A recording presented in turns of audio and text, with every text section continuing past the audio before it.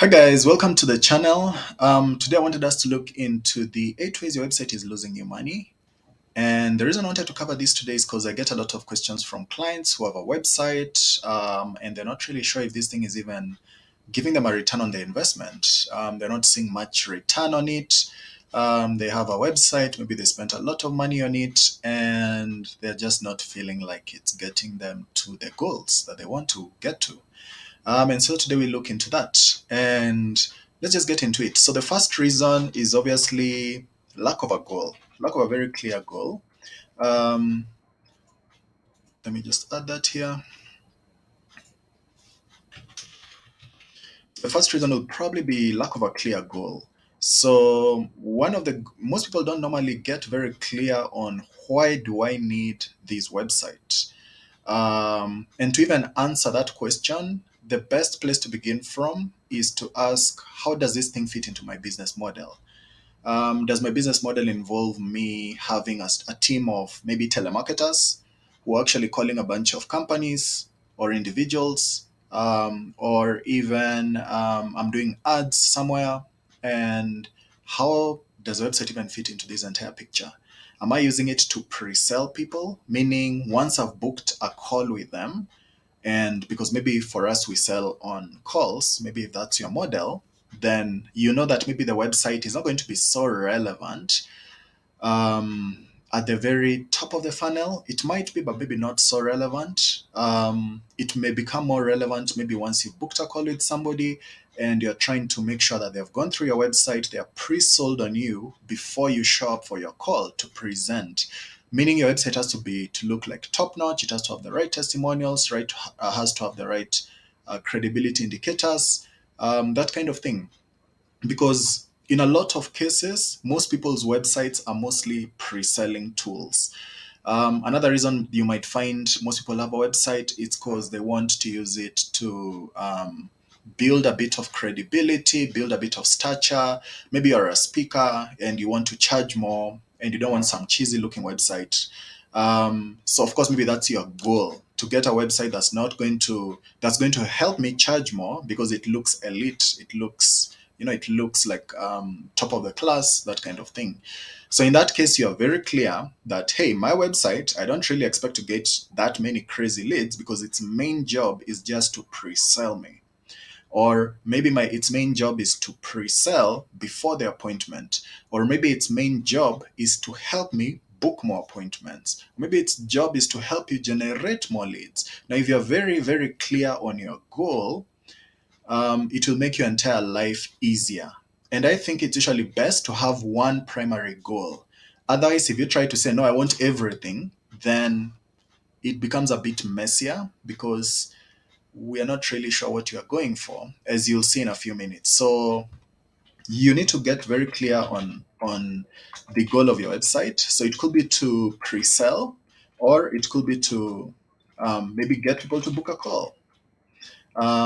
Maybe that's actually the reason you have a website. So it could be to get people to book a call. It could be maybe even you're selling a particular program right there on the website. So maybe that's what you really are focused on getting people to do when they come to your website.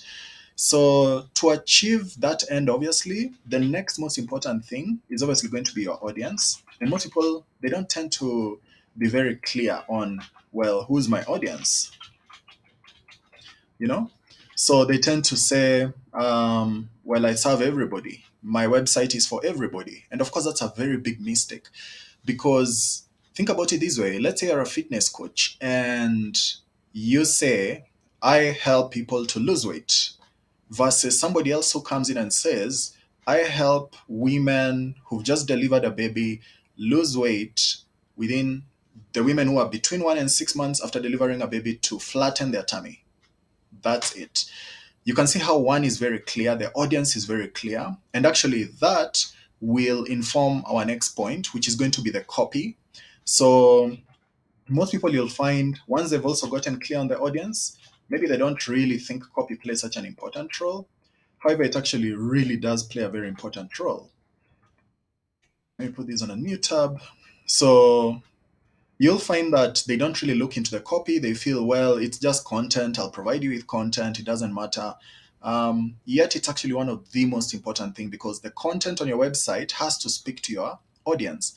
And then again, also another issue, before I forget, with the audience is sometimes you'll find people have so many audiences. They're saying, I want to serve everybody, or I want to serve this audience, and this audience. Of course, the ultimate is you just serve one audience. Or as few audiences as possible. But obviously, the ultimate will be just this is my one audience, and that's it. It's the strongest because the copy is going to be so strong. It's going to be written for this particular person. Everything on the website will just simply speak to them. The way the testimonials will be worded, it will be way easier because it will just speak to this one person. Um, yeah, so copy becomes very important and it doesn't try to appeal to just a generalist or to everybody. It's going to just appeal to this one particular person. And of course, another one, which I think most people notice this instantly, is maybe that cheesy design,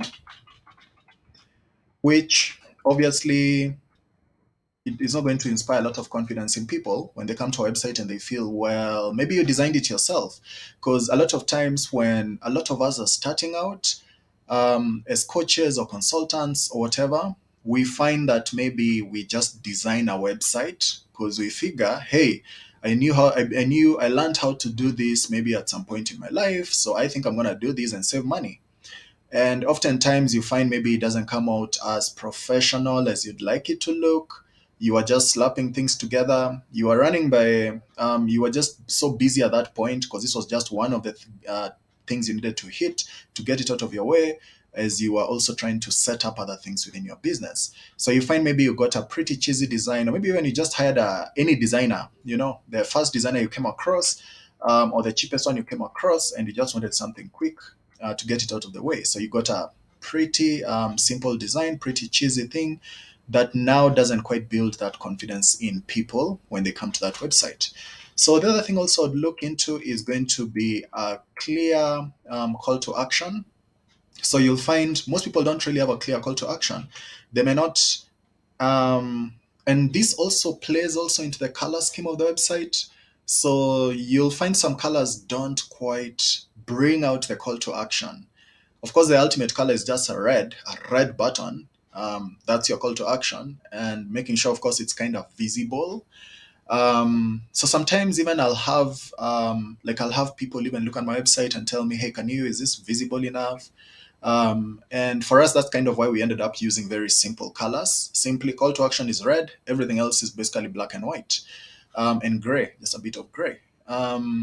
Just to make sure that the call to action is able to really stand out. But of course, the other big issue is, leave alone the visibility of the call to action, is actually not even having one to begin with. So you might find maybe you have a website, you don't even have a proper book a call link.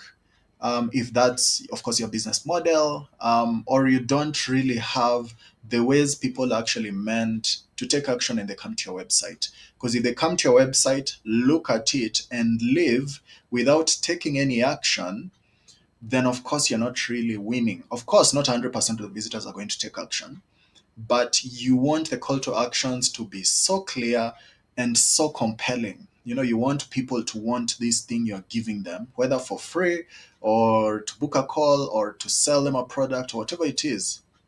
But you want them to take action and they come to your website. And that action is actually one of the most important things, as you'll see in this next point, which is going to be on the lead magnet. Because one of the most important call to actions you should have on your website is a lead magnet. So basically, a way to get people to sign up to your email list. We all know at this point that the money is in the list. And for us, we've obviously had our email list for now 7, 8 years. We've actually had the same email list, of course, growing it over the years. And I cannot stress how important that thing is.